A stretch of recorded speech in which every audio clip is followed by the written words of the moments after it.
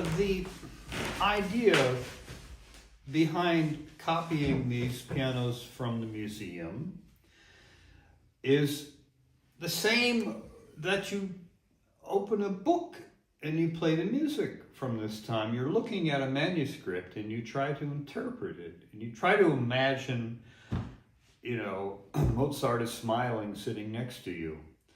You're hoping that it is recognizable to him, what you're playing. And in fact, the idea of playing from notation, you are at a remove from the real music. Notation is not very accurate.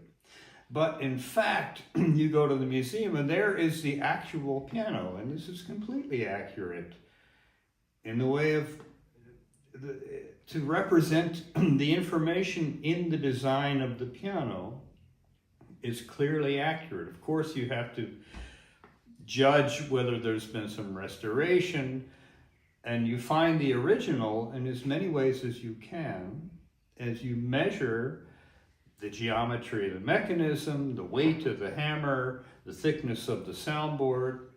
And in fact, you cannot reproduce one of these pianos without having seen the soundboard of the original out of the instrument so you can measure it. And I was lucky in the year 2000 to open a 5-octave Anton Walterpiano and measure the soundboard very carefully.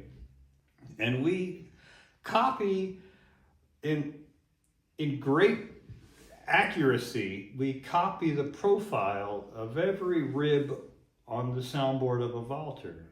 There are measurements which I made every 3 centimeters. I have the height in millimeters.